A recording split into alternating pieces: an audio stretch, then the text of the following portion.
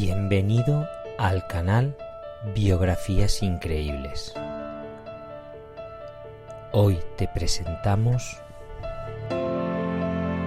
Virginia Woolf y su influencia en la literatura del siglo XX.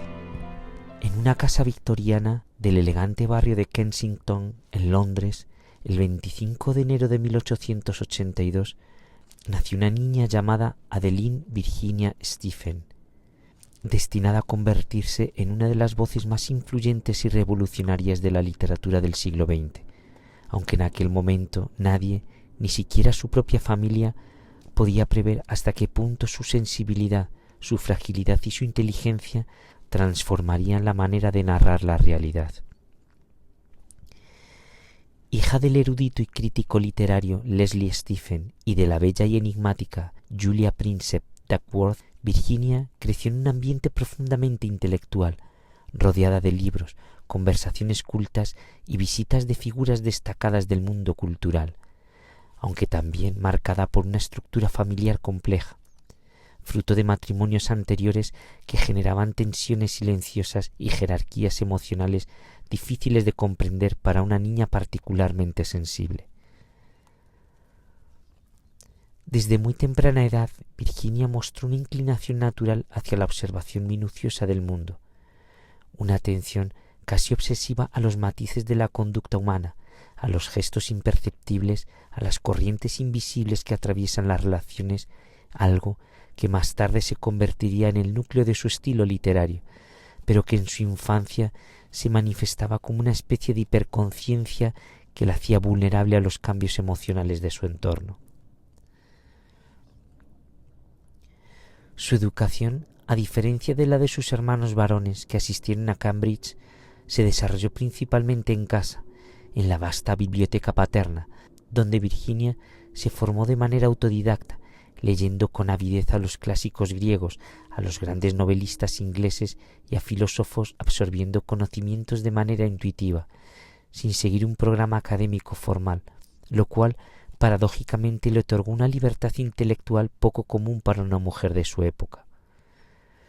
Sin embargo, la infancia de Virginia no estuvo exenta de sombras profundas y perturbadoras,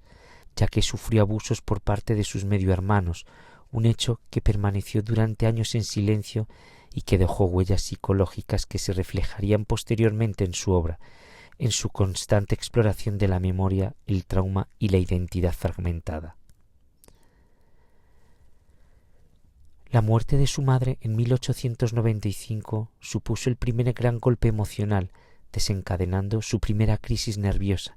seguida años después por la muerte de su hermanastra Stella y más tarde la de su padre en 1904,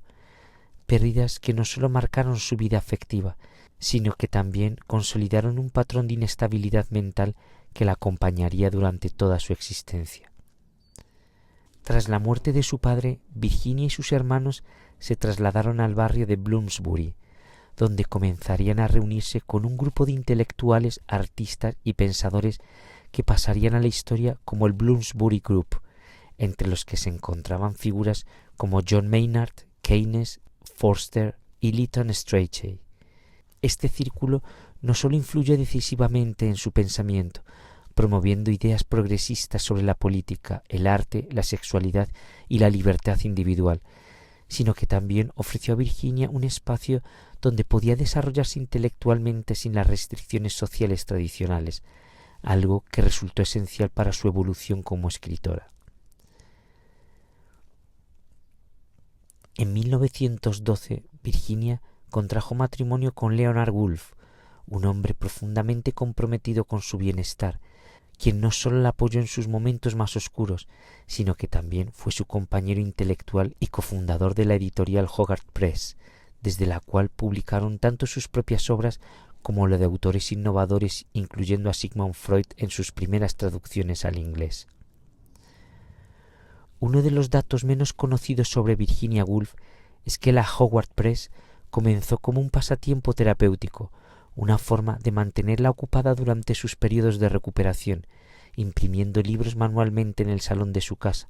lo que no solo le dio control total sobre sus publicaciones, sino que también la situó en una posición de independencia poco habitual para una mujer escritora de su tiempo. Su obra literaria, marcada por una ruptura radical con la narrativa tradicional, se caracteriza por el uso del monólogo interior y la exploración del fugue, técnica que desarrolló de manera magistral en novelas como Mrs. Dalloway, donde un solo día en la vida de una mujer se despliega en una compleja red de pensamientos, recuerdos y percepciones, o To the Lighthouse, considerada por muchos como su obra más autobiográfica.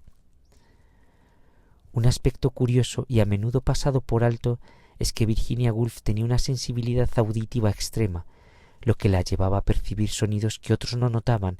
desde el zumbido de los insectos hasta el eco lejano de conversaciones, algo que influyó en su escritura y en su capacidad para capturar la textura sensorial de la experiencia. Asimismo, desarrolló una relación particularmente intensa con el tiempo, no como una sucesión lineal de acontecimientos, sino como una dimensión subjetiva, elástica, capaz de expandirse y contraerse según la percepción individual, lo cual se refleja en su obra Orlando, una novela que atraviesa siglos en la vida de un personaje que cambia de género, desafiando las convenciones de identidad y cronología. Virginia también mantuvo una relación emocional y creativa profundamente significativa con Vita Sackville-West, una escritora con la que compartió una conexión intensa que trascendía las categorías tradicionales y que inspiró directamente la creación de Orlando, una obra que puede leerse como una carta de amor literaria. A pesar de sus logros, Virginia vivió constantemente al borde de la inestabilidad mental, experimentando episodios de depresión severa y crisis psicóticas durante las cuales escuchaba voces y perdía el contacto con la realidad, y aunque en algunos periodos lograba una relativa estabilidad, el miedo a recaer era una presencia constante en su vida. Otro dato poco conocido es que durante la Primera Guerra Mundial, Virginia y Leonard temían ser arrestados debido a sus posturas políticas y a la ascendencia judía de Leonard, lo que los llevó a elaborar un plan de suicidio conjunto en caso de que los nazis invadieran Inglaterra, una idea que revela hasta qué punto la ansiedad histórica y personal se entrelazaban en su existencia. En 1929 publicó uno de los ensayos más influyentes, A Room of One's Own, donde argumenta que para que una mujer pueda escribir necesita independencia económica y un espacio propio, una reflexión que sigue siendo fundamental en los estudios de género y la teoría literaria contemporánea. Su proceso de escritura era meticuloso y exigente. Escribía de pie en un escritorio alto, revisaba incansablemente cada frase y mantenía diarios donde registraba no solo sus pensamientos, sino también sus dudas, sus inseguridades y su lucha constante por alcanzar una forma de expresión que hiciera justicia a la complejidad de la mente humana.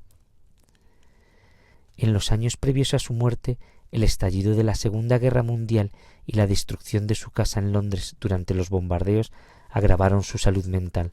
sumiéndola en una profunda desesperación, convencida de que estaba perdiendo nuevamente la cordura y de que no podría soportar otra crisis. El 28 de marzo de 1941, Virginia Woolf se dirigió al río Ouse, cerca de su casa en Sussex, y tras llenar sus bolsillos con piedras, se adentró en el agua hasta desaparecer, dejando tras de sí una carta para Leonard en la que expresaba su amor y su incapacidad para seguir luchando contra su mente. Su cuerpo fue encontrado semanas después, cerrando una vida que, aunque marcada por el sufrimiento, dejó un legado literario de una riqueza y una profundidad extraordinarias,